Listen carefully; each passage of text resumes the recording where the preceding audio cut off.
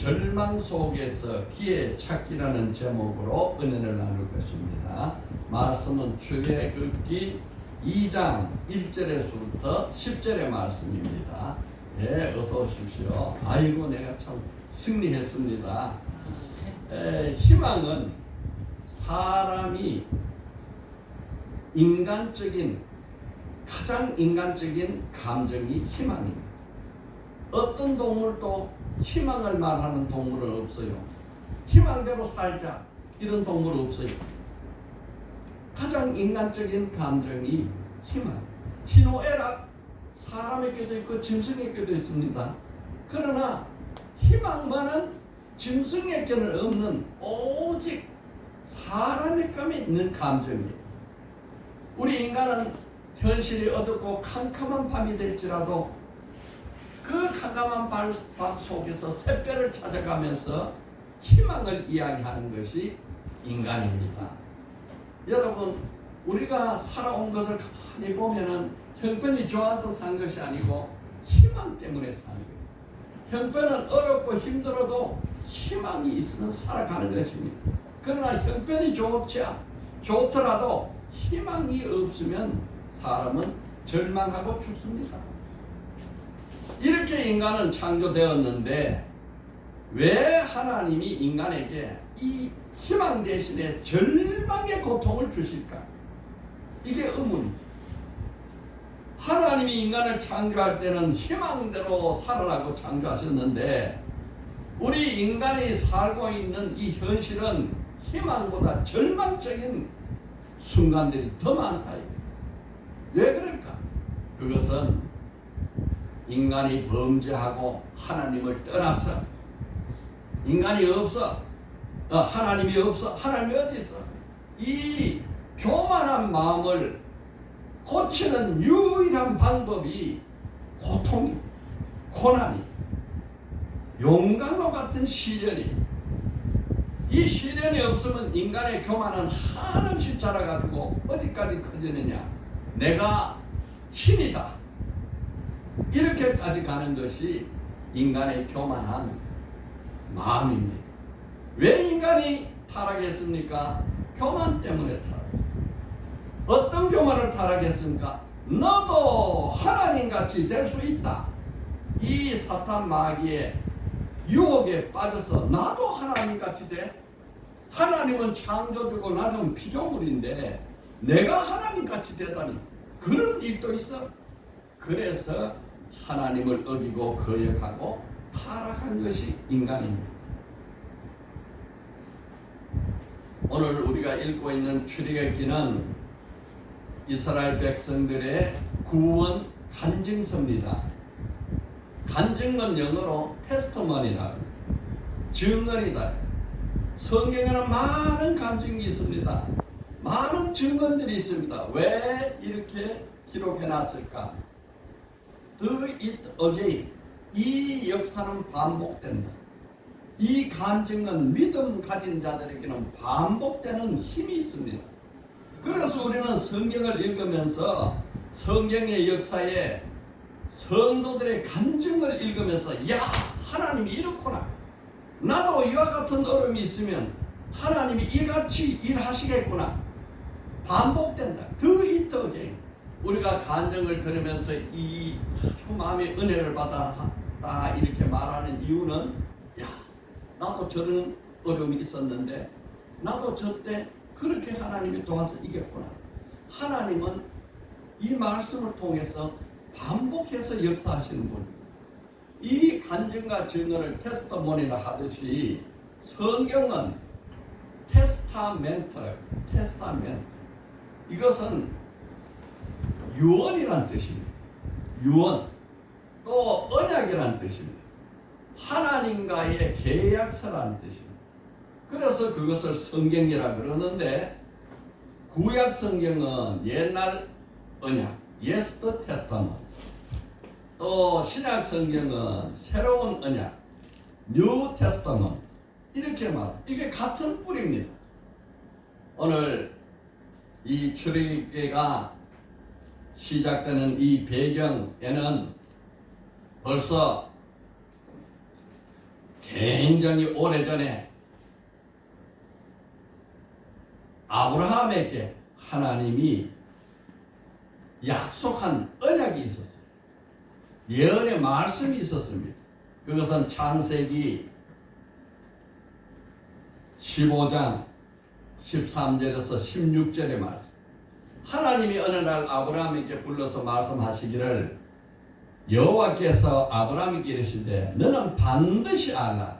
내 자손이 이방에서 개개되어 그들을 섬기겠고 그들을 400년 동안 내 자손을 괴롭히리니 그들이 섬기는 나라를 내가 징별할지며 그 후에 내 자손이 큰 재물을 이끌고 나오리라.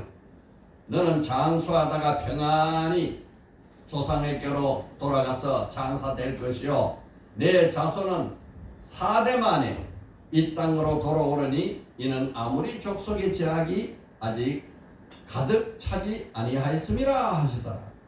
그 아브라함께 하나님이 환상 속에 나타나셔서 예언의 말씀을 언약으로 하시는데, 너 후손이 장차 온 백성들이 너로 말미암아 복을 받고 구원을 받겠지만은, 그러나 너의 자손은 이방인에게 포로가 되고 잡혀가서 400년 동안 그들을 섬기는 괴로움을 당할 것이다.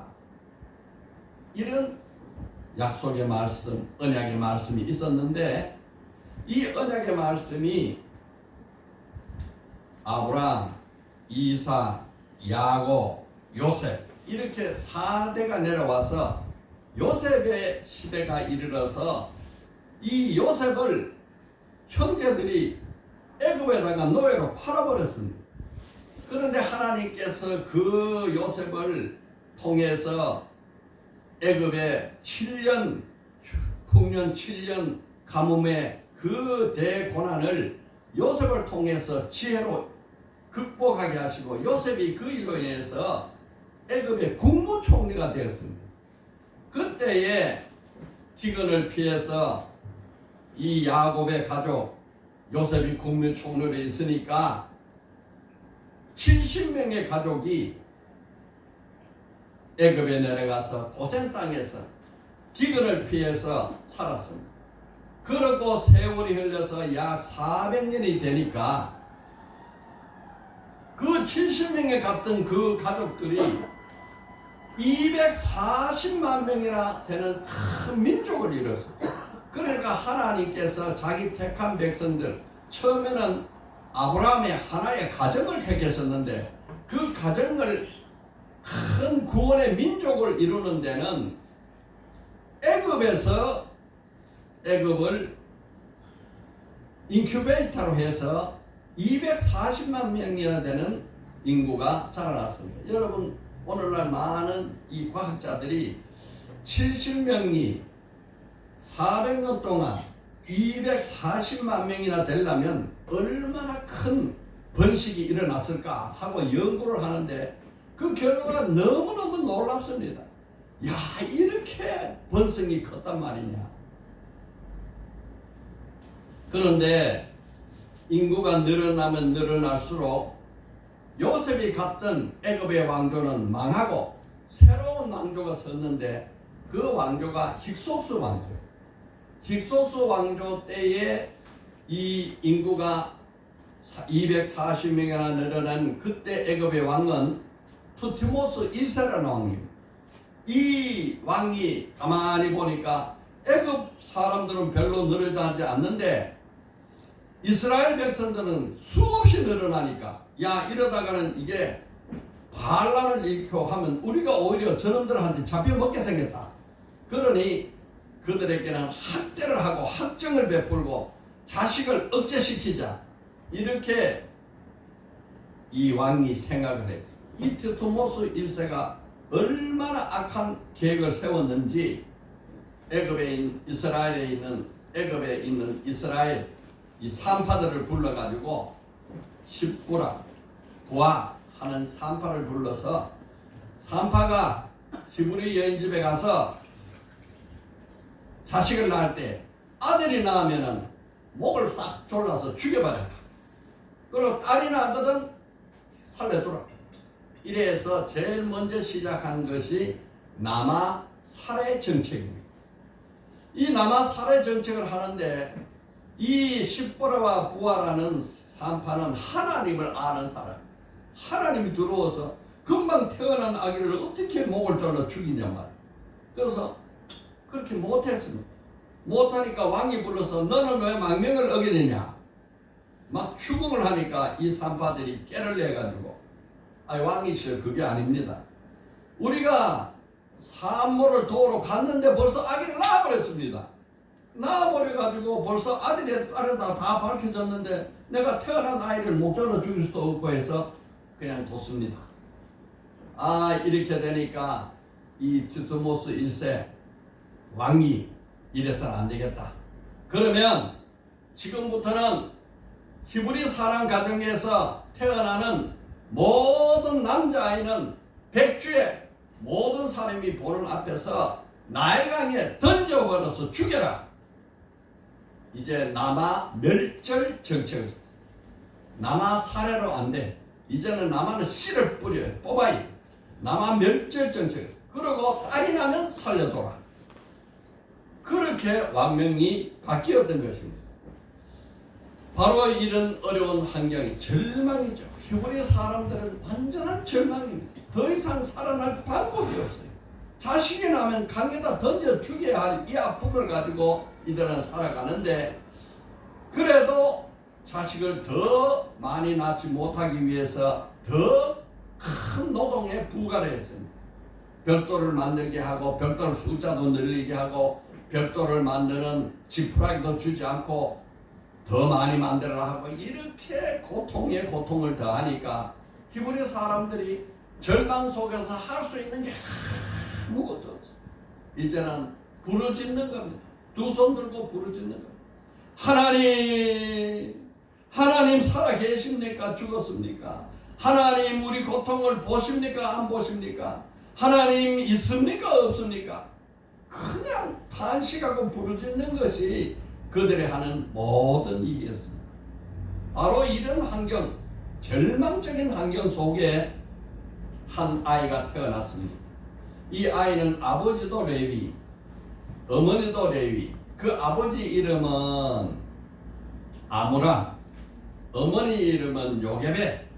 이 가정에 누나도 있고 형도 있는데 셋째 아이로 태어난 거예요. 이제 왕명에 따라서 이 아이가 곧 강에 던져 죽여야 되는 이 절망 속에서 어떻게 해야 될까? 그들은 하나님 앞에 부르짖고 기도하면서 이 절망 속에 찾아내는 새로운 기회가 없을까 하면서 그들은 기회를 찾았던 것입니다. 어떻게 하면 돼요? 여러분 오늘 우리가 어려움이 있습니까? 힘듭니까? 절망이라고 생각합니까? 하나님은 반드시 피할 길을 여신다. 피할 길을 여실 뿐 아니라 피할 수 있는 힘도 주신다. 이것이 우리의 믿음이 되기를 예수 이름으로 축복합니다. 아멘. 그래서 오늘은 하나님의 태반, 절망 속에서 기회 찾기란 제목으로 은혜를 나누는데 첫째 뭐라 그랬어요? 그들은 하나님의 태반을 만들었다. 다 같이 합시다. 시작. 그들은 하나님의 태반을 만들었다. 시작. 그들은 하나님의 태반을 만들었다. 절망이라고 죽을 수 없죠. 우리는 절망 속에서 희망을 찾아야 되지요. 그 희망을 어디서 찾습니까? 하나님께로부터 찾아요. 하나님. 이 절망을 어떻게 우리가 극복할 수 있습니까? 피할 길을 여시는 하나님. 피할 수 있는 지혜도 주시고 피할 수 있는 힘도 주시옵소서. 이렇게 해서 그들이 생각해내고 만들어낸 것이 하나님의 태반. 태반은 상자란 뜻이에요. 말로는 뜻은 상자인데 이 태반은 말은 성경에 딱 두 번밖에 안 나와요. 노아의 방주, 그걸 갖다 노아의 태반. 오늘 나오는 이 갈대 상자, 이 상자를 태반. 그래서 아므람과 요게벳 그 아버지 어머니는 왕명에 따라서 이 아이를 나일강에 풍덩하고 던져버리는 것이 아니라 상자를 만들자. 그래서 나일강에 띄우자. 이러한 기회를 찾은 것입니다. 절망 속에 그래도 할 수 있는 것을 해보자. 하나님이 여기에 간섭하실 것이다. 그래서 나일강에는 갈대숲이 많아요. 그래서 나일강에 나가서 가족들이 갈대를 많이 뜯어와 가지고 그것을 아기가 담을 만한 상자를 만들었습니다. 그들이 이렇게 상자를 만드는 그 동기는 어디에 있었을까? 그들은 옛날부터 하나님의 이야기, 테스토먼, 증언, 간증을 들어왔어요. 그 어머니들과 아버지들은 벌써 옛날 자기 조상 노아 때 하나님이 홍수 심판을 했는데 그때에 노아는 방주를 지었다. 그 방주가 태바다, 태바. 그래서 온 세상 사람들은 노아가 방주 짓는데 그것을 다 무시하고 그들은 그 태바 짓는 것을 비웃었어. 그러나 노아는 하나님의 음성이 들리니까 앞으로 다가올 홍수 심판이 바로 믿어지니까 하나님의 태바를 지었는데 그 태바를 지은 것이 노아의 방주라고 오늘 전해집니다. 거기에 자기 가족 8식구가 다 구원받고 살아났습니다. 그래서 이들도 우리가 상자를 짓는데 그냥 상자를 짓는 것이 아니라 하나님의 태바를 지어야겠다. 그러면은 배와 태바는 무슨 차이가 있는가? 배를 지으면은 거기에 동력도 붙이고 키도 달고 가는 방향도 있고 이렇지만은 이 상자에는 동력도 없고 방향 키도 없습니다. 왜 이것이 하나님의 태바냐? 하나님이 동력이 하나님이 끌고 갑니다. 하나님이 방향을 잡는 키입니다. 하나님이 방향을 잡아갑니다. 그래서 이게 하나님의 태바가 되는 거예요. 동력을 붙이고 키를 붙이면 사람이 원하는 길로 가지만은 이거는 아무것도 없는 상자 태바야. 그러니까 하나님이 운전하는 거예요. 하나님이 이끌어 가시는 거예요. 모든 것을 하나님에 맡기는 거예요. 이것이 하나님의 태바입니다. 그 하나님의 태바를 만들어 가지고 역청 콜타르를 발라 가지고 그게 이제 석유의 원유죠. 시커멓게 콜타를 발라 기름이 들어오지 않게 하고 나무 지를 발라가 물이 들어오지 않고 이 악한 원수 마귀 사탄이 스며들지 못하도록 안전한 태바를 만들어 가지고 이제 하나님이 이 생명을 구하실 것을 믿고 이제 하나님께 맡기는 것입니다. 여러분, 우리 일생은 무엇일까요? 우리의 일생이란 간단하게 생각하면 하나님의 태바를 짓는 과정입니다. 우리 일생 전체를 놓고 보면 하나님의 태바를 짓느냐 안 짓느냐 이 과정입니다. 태바를 지은 사람은 구원받고 영생 얻고 태바를 짓지 않는 사람은 멸망받고 영벌받습니다. 이렇게 하나님의 태바로 인해서 둘로 나눠져. 노아가 120년간 아라라 산 밑에서 이 하나님의 태바를 짓죠. 이웃 사람들이 노아 할아버지 그때 나이가 120년간 지었어요. 600세 될 때까지 지었습니다. 그 많은 세월 동안에 노아 할아버지 왜 산에서 배를 지어요? 나는 배 짓는 게 아니야. 그럼 뭐요? 하나님의 태바를 짓습니다. 왜 하나님의 태바를 지어요? 홍수 심판이 있어. 그러니까 이 태바를 같이 지읍시다. 그럼 우리도 당신도 살아납니다. 그렇게 해서 기회 있을 때마다 동네에서 노아가 이 구원의 복음을 전했다는 거예요. 그랬는데 아무도 듣지 않아요. 아무도 믿지 않아요. 태바 짓는데 참여한 사람이 하나도 없어. 드디어 노아 나이 601세가 될 때에 하늘에는 비가 쏟아졌고 땅에는 지진이 일어났고 화산은 폭발했고 하늘과 땅에서 물과 불이 막 쏟아져 내려오니까 40일간 비가 쏟아져 내려오는데 온 천지가 다 물에 잠겨서 코로 호흡하는 동물과 사람은 다 죽었습니다. 이게 하나님의 심판, 홍수 심판. 여러분, 앞으로도 이 세상은 하나님이 심판하기 위하여 준비된 세상이라. 앞으로는 홍수 심판 안 합니다. 무엇이요? 불 심판을 하십니다. 불로 심판. 여러분, 오늘 우리 교회가 뭡니까? 바로 이 태바입니다. 우리 태바는 바로 그리스도, 예수 그리스도가 우리 태바입니다. 예수 그리스도를 믿는 믿음이 바로 하나님의 태바입니다. 여러분, 이 하나님의 태바가 내 마음속에 믿어지면 구원받고 영생하고, 그 태바가 믿어지지 않으면 멸망받습니다. 이거는 절대적으로 나눠지는 하나님의 진리의 말씀입니다. 오늘도 우리는 이 하나님의 태바 때문에 세상 사람들의 비난을 받아가면서 하나님 태바 같이 지세요. 믿음으로 지세요. 복음을 전달하고 먹을 것을 주고 또 마스크도 주고 복음 요절 말씀도 써주고 그러는데 받는 사람이 있는가 하면 또 거절하는 사람이 있어요. 내가 어제 같이 사모하고 지하철에 가는데 기회만 있으면 전도를 하잖아요. 지하철에서 잠시 쉬는데 그 차가 올 때까지 기다리는데 전도지를 내가지고 마스크 하나 끼워서 예수 믿고 구원받고 복 받으세요.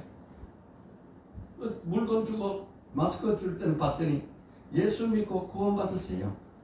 행복하세요. 거절. 노아 시대 때 태바에 거절. 참 무안하고 미안하고 아주 좀 쑥스러워서 안 해요. 그래도 또 다음 사람에게 식당 가서 밥 다 먹고 식당 일하는 종업원에게 복음 주면서 예수 믿고 행복하세요. 구원받으세요. 왜 우리가 이해합니까?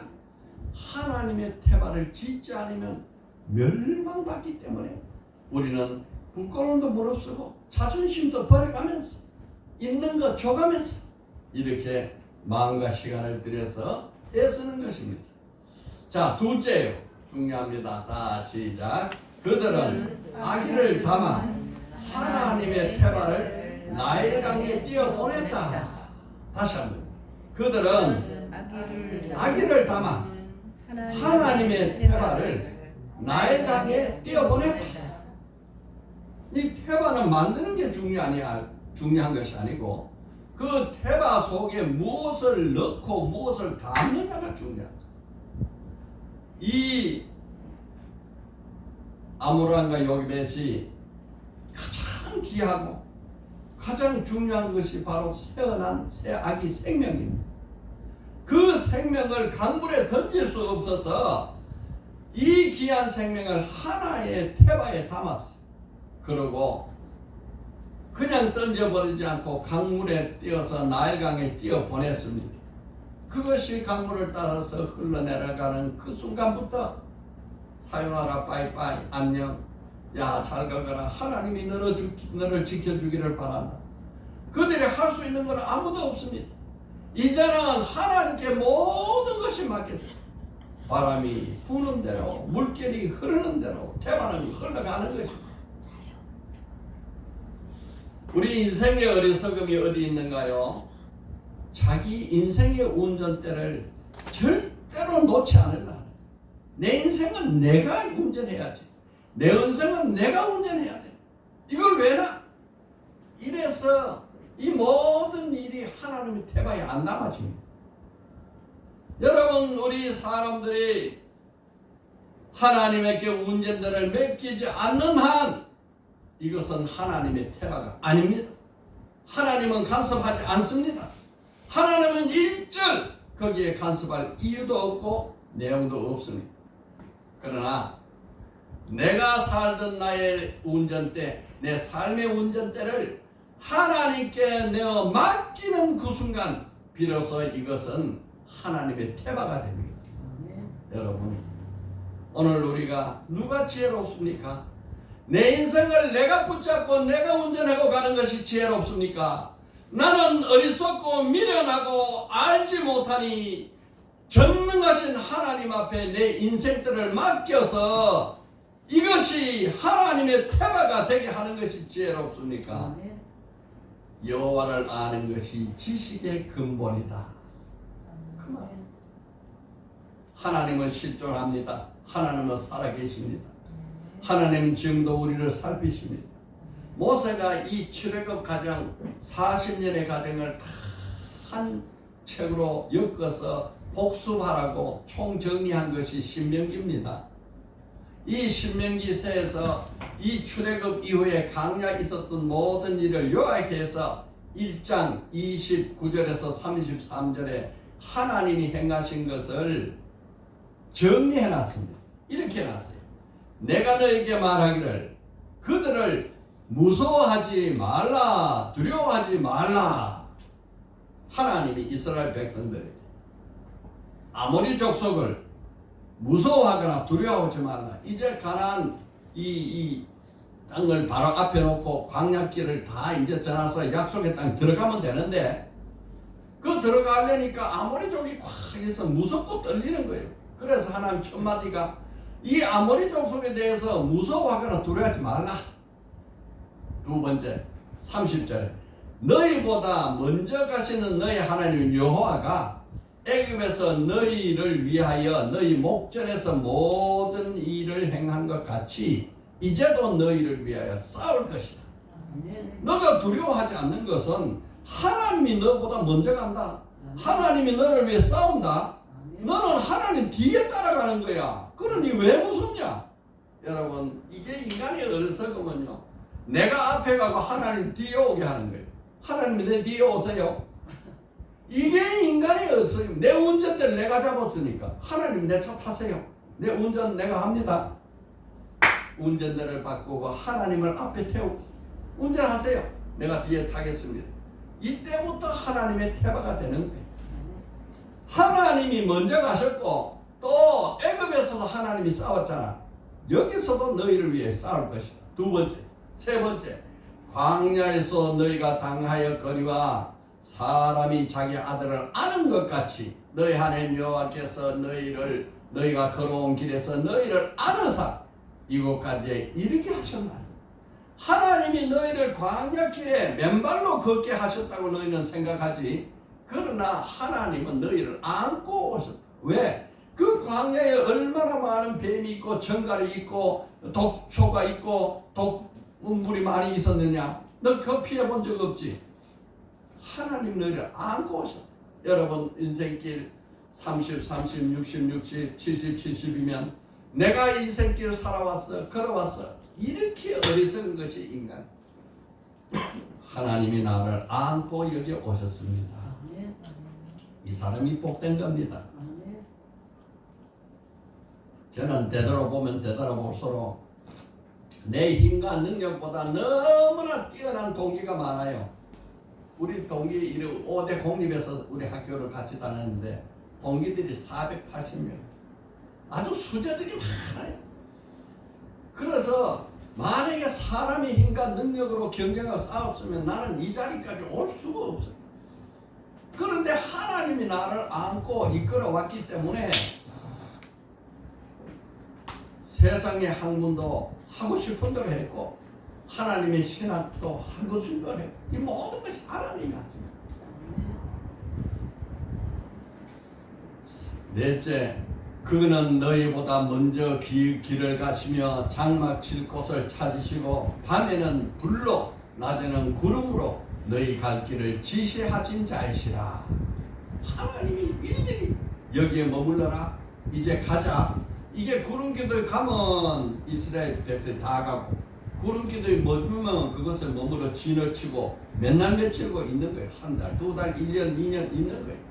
왜 밤에는 따뜻하게 불기둥으로 낮에는 시원하게 구름기둥으로 하나님이 항상 그들을 가는 길을 이끌어 주셔서 여기까지 왔단 말이에요. 그들이 뭐 내비게이션 있었습니까? 그들의 무슨 뭐 지도가 있었습니까?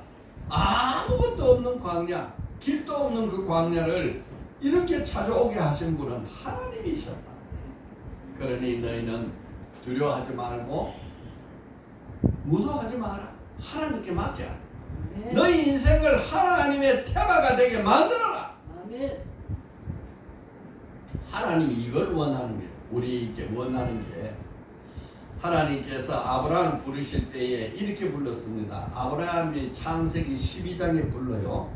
부르시는데 이때부터 구원 역사가 시작됩니다. 창세기 1장, 2장은 창조 역사고 3장부터는 타락 역사예요. 3장부터 11장까지는 타락한 세속사라 그래요. 근데 12장 하나님이 아브라함을 부를 때에 그때부터 구속사가 시작된다 그럽니다. 그런데 그 구속사의 시작, 부르실 때 뭐라고 했느냐? 내가 내게 지시할 땅으로 가라. 이렇게 했어요. 이게 창세기 12장 1절. 내가 내게 지시할 땅으로 가라. 아니 하나님 지시하시지 왜 하실 땅입니까? 보여줄 땅입니까? 보여주셔야죠. 하나님은 보여주지 않습니다. 지시하지 않습니다. 왜? 매일매일 매 순간 보여주고 지시하기 때문에 처음부터 목적지를 가르쳐주지 않아요. 지시할 땅, 보여줄 땅으로 가. 이게 하나님의 섭리입니다. 오늘 우리는 어떻게 살아가는지 나도 몰라. 하나님이 이끌어가는 것입니다. 하나님이 이끌어가는 건 몇 개. 태반은 어디로 간다, 무슨 힘으로 간다가 없어요. 하나님이 이끌어가는 것입니다. 그래서 히브리 기자가 이 아브라함의 믿음을 이렇게 기록을 했어요. 히브리서 11장 8절에 믿음으로 아브라함은 부르심을 받을 때에 순종하여 장래 유업으로 얻을 땅에 나갈새 갈 바를 알지 못하고 나갔어요. 어디로 간지 몰라. 아버지 오늘 어디 가죠? 몰라. 하나님 지시해가지. 이렇게 해서 찾아갔던 것이 구원의 땅이고 가나안 땅이었어요. 오늘도 주님은 우리에게 말합니다. 수고하고 무거운 짐진 자라 다 내게로 오라. 내가 너희를 쉬게 하리라. 주님 앞에 모든 짐을 맡기고 주님의 테마에 들어가기를 바랍니다. 이것이 믿음입니다. 여러분 입으로 쓴 편지라는 책 혹시 보셨습니까? 이거는 내가 1980년대에 우리 교회에서 내가 그때 다니던 교회 학생 시절에 이 정근자 전도사가 간증을 하러 왔어요. 전도사님이 간증 들었어요? 못 드셨어요? 그 전에 오셨어요. 이 입으로 쓴 편지를 간증을 하는데 이 간증가 너무 감동이 돼가지고 내가 그 간증을 듣고 책을 샀는데 벌써 오래돼가지고 책이 이렇게 많이, 그래서 그때 본 책을 다시 읽어봤어요. 편지를 손으로 쓴 게 아니고 입에다 볼펜을 물고 썼다 이 말이에요. 이 정근자 전도사가 이 편지를 1987년 4월 30일 날 이 책을 냈는데 이분은 어떤 사람이냐? 이분은 23살 때 신림동에서 간호사였습니다. 개인병원 간호사였는데 비 오는 날 그 수도 파이프가 막혔다 해가지고 그 하수구가 막힌 것을 뚫다가 잘못해가지고 고압선 7000V 고압선에 감전이 돼가지고 한순간에 쓰러지고 기절 잃고 말았던 사람. 그래서 이 사고로 인해서 이자가 23살 나이에 양팔이 없어지고 한쪽 다리가 끊어집니다. 그러고 병원에서 이 전기가 고압이 일순간 지나가기 때문에 그런 다에 병원에 가보니까 자꾸 새까만 똥이 나온다는 거예요. 그래서 왜 이렇게 새까만 똥이 나옵니까? 그러니까 전기가 몸에 샥 지나갔기 때문에 죽든지 살든지 하나인데 죽으면 끝나는 거고 살면은 새까만 똥이 나온다. 왜? 몸에 있는 모든 균이나 나쁜 게 다 타버렸어. 그래서 새까만 똥이 나. 그래서 균이고 뭐고 싹 없다는 거예요. 그래 이 사람 새까만 똥이 나오는데 그것으로 인해서 불임선고. 당신은 자식은 못 낳습니다. 이런 사고를 당했는데 바로 이런 사고를 당한 것을 알지 못하고 직전에 저 시골의 어머니가 23살 간호사 딸에게 전보를 쳤는데 딸아 근자야 내려와라 선볼 남자 구해놨다. 전보를 쳤는데 딸은 내려오지 않고 답신 전보가 왔는데 정근자 위도 하고 답신 전 어머니가 기절합니다. 야 내가 답신 전보를 쳤더니 그 딸이 내려오다 교통사고 당해서 위독하고 병원에 입원했나 보다 이래 생각하고 털썩 주저앉았어. 그런데 교통사고를 한 게 아니고 전기 감전으로 그래 됐다. 병원에서 입원해가지고 여러 달 동안 있는데 이 팔다리가 다 썩어가니까 안 자를 수 없어. 그래서 어느 날 수술실에 가서 두 팔, 이 팔뚝 위를 자르고 한쪽 다리를 자르고 해서 완전히 몸뚱아리만 남은 사람이 됐어. 이 모습을 본 어머니 아버지는 뭐 두말할 것 없이 혼절하고 쓰러져 버렸어. 이 여자가 이런 수술을 받고 절망, 완전한 절망, 도저히 살아갈 길이 아무리 생각해도 없어. 사람이 어떻게 몸뚱아리만 가지고 살 수 있느냐. 뭐 손이 있어야 밥을 먹지, 손이 있어야 용변을 처리하지, 손이 있어야 옷을 입지, 아무것도 못하는 몸뚱이가 더 그렇게 누워서 생각하니까 아무 생각도 안 나. 죽을 수밖에 없다. 죽는 게 밖에는 방법이 없다. 바로 이런 절망 가운데에 어디 지독한 여자 전도사가 그 여자에게 와가서 예수 믿으라고 복음을 전하는 거예요. 하여 얼마나 당신도 내같이 죽을 입장이 돼봐 그런 소리 나오나 하고 소리치고 신경질 내줬는데 그럼 다시 안 오면 되는데 그 다음날 또 오고 그 다음날 또 오고 그 다음날 또 5번째 오는 날 왜 자꾸 오십니까? 나 정말 귀찮습니다. 그러면서 성경을 한번 펴보십시오. 성경을 펴보는데 마태복음 18장 9절을 읽었습니다. 만일 내 손이나 내 발이 너를 범죄하게 하거든 찢어 내버리라. 장인이나 다리 저는 자로 영생에 들어가는 것이 두 손과 두 발을 가지고 영원한 불에 던져지는 것보다 나으니라. 야, 내 손발이 없어진 걸 이 성경의 말씀 하나님은 어떻게 하시고 이러나? 내 손발 가지고 지옥에 들어간 것보다는 영생에 들어간 게 낫다고? 이 말씀이 쫙 자기 영혼을 파고드는데 알지 못하는 눈물이 쏟아지면서 해결을 하고 내가 몰랐습니다. 내가 몰랐습니다. 손발이 없어도 천국에는 갈 수 있군요. 천국에는 손발이 없어도 영생은 얻을 수 있군요. 하나님 감사. 그 병이 이 사고 당하고 처음으로 하나님 앞에 감사했습니다. 이렇게 해서 마음이 조금 열리려고 하는데 가만히 들어보니까 그 병원에 사고가 날 때 병원 원장도 감정의대가 입원해 있고 병원에 개원한 지 2년밖에 안 되고 또 다른 간호사도 그래 됐고 온 병원이 흩어져가 입원해 있는데 그 사고가 이제 우리가 망했다 그러면서 우리가 해줘야 뭘 얼마나 해줘도 또 해줘야겠지만 형편이 안 되니 어쩝니까 하면서 그 당시 돈 200만 원을 들고 합의해달라는 거예요. 그래 그 사촌 오빠가 그걸 보고 어떻게 너무 울고 또 다른 거 뭐 줘야봤자 나올 것도 없고 하니까 합의를 해서 200만 원 받았어요. 그러면서 그 부모하고 지금 의논합니다. 우리 정근자 이렇게 200만 원 가지고 집에서 누가 돕습니까? 누가 기르고 누가 먹입니까? 누가 입힙니까? 누가 수발하고 이 소변 대소변 감당합니까? 도저히 안 되니 이 돈하고 이 애하고 묶어가지고 제 하늘에 보냅시다.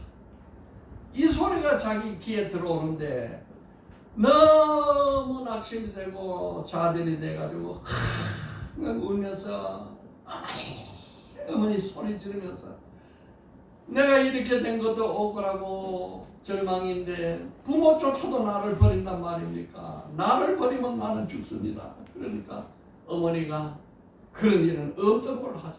그게 취소가 됐어요. 그리고 세월이 흘러가지고 이제 이 사람이 그 신앙을 받아가지고 그날부터 이 발가락으로 한쪽 남은 발로 성경을 읽고 찬송하고 기도하는데 집중하면서 이 전도서에 와서 계속 도웁니다. 그러고 나서 절망 속에 의족과 우수를 하고 병원을 퇴원해요. 이 병원에 나오니까 전체 사람들이 다 구경꾼이. 그렇게 해서 고향 집에 돌아와서 가만히 있으니까 뭐 할 일이 없고 먹여주면 먹이고 씻어줘야 씻기고 아무리 눈물이 나고 땀이 나도 닦아주지 않으면 눈에 물이 들어가도 뭐 방법이 없어요. 손도 없고 다리도 없으니까. 그런데 소망정이라는 데서 편지가 하나 책이 왔는데 왜 날개라는 책. 또 좀 있다가 오는데 그루터기라는 책이 날아왔어요. 이게 어떻게 날아왔는지 그것이 아마 장애인들 이 단체에서 보냈는 거예요. 거기에 가만 손 발가락으로 뒤져보니까 장애인 술기가 쓰였는데 두 손 없는 사람이 글을 써서 날개에 자기 간증을 써놨는 거예요. 아니 손이 없는데 글을 써? 그 희한한 일이 있다. 읽어보니까 입으로 볼펜을 누르고 쓴 거예요. 그래서 나도 그러면 입으로 이렇게 볼펜을 누르고 글을 써봐. 이게 되지 않는 글을 목이 아프고 이빨이 끊어지는 것 같은데 쓰고 또 쓰고 연습하고 연습해가지고 초등학교 1학년 정도 되는 글씨로 그 자기의 사정 간증을 써가지고 날개와 이 그루터기에 보냈어요. 그것이 또 인쇄물이 돼가지고 전국에 퍼져나가니까 얼마나 많은 편지가 오고 격려가 오고 감동받았다 하는지 1년이면 4,000통에서 5,000통의 편지가 주고받는 거예요. 그 답장 다 하는 것도 너무 힘들어요. 너무 아파서 몸살 날 중이에요. 그런 소식이 전해가지고 CBS 새롭게 하소서 방송까지 나왔습니다. 이러한 소식이 들려지자 이 사람이 온 전국에 간증 집회를 다 했어요. 우리 교회 와서 간증 좀 해주세요.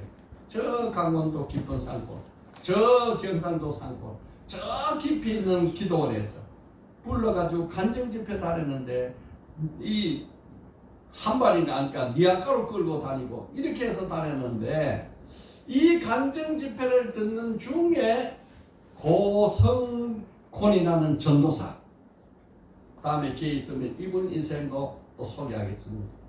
고성곤이라는 전도사가 감동을 받았어요. 감동을 받았어요. 이 사람이 총신대 3학년이었는데 야, 저 여자가 정말 저래도 산단 말이냐, 저래도 감사하단 말이냐, 저래도 희망이 있단 말이냐, 저래도 기쁨이 있단 말이냐, 그게 진실이냐, 그 여자한테 가서 물어봤어요. 그랬더니 이 여자 하는 소리가 나는 손발을 없는 건 사실, 그런데 주님이 함께 있어 나는 기뻐요, 나는 행복. 너무너무 감동이 됐어. 손발 멀쩡한 자기 신학생은 기쁨도 없고 감사도 없는데 저 팔다리 없는 저 사람이 기뻐 감사하다니 도대체 나는 신학이 뭐냐. 이렇게 해서 결심을 하고 내가 저 여자의 손발이 되어 주리라. 그래서 이 고성군 전도사가 이 여자를 업고 처녀 총각이 업고 전도 집회를 돌아다니기 시작해요. 그러기를 한 2년을 하다가 드디어 1982년 2월 23일 고성군 전도사가 졸업하는 그 졸업식장에서 이 손발이 없는 이 전도사와 결혼을 합니다. 결혼. 이 전도사는 엎여 다니면서 하나님 혹시라도 이 사람 나는 사랑할 자격이 없지요. 사랑이란 말도 안 되죠. 그냥 신세 지는 거죠. 그러나 이 사람마저도 가버리면 나는 어떻게 살아요? 그러면서 이렇게 갈등이 오고 가고 하는데 자기 마음속이 그렇게 날마다 들볶는 거예요. 그런데 결혼을 하다니 이게 도대체 생시냐 꿈이냐. 하나님이 큰 일을 하셨더라.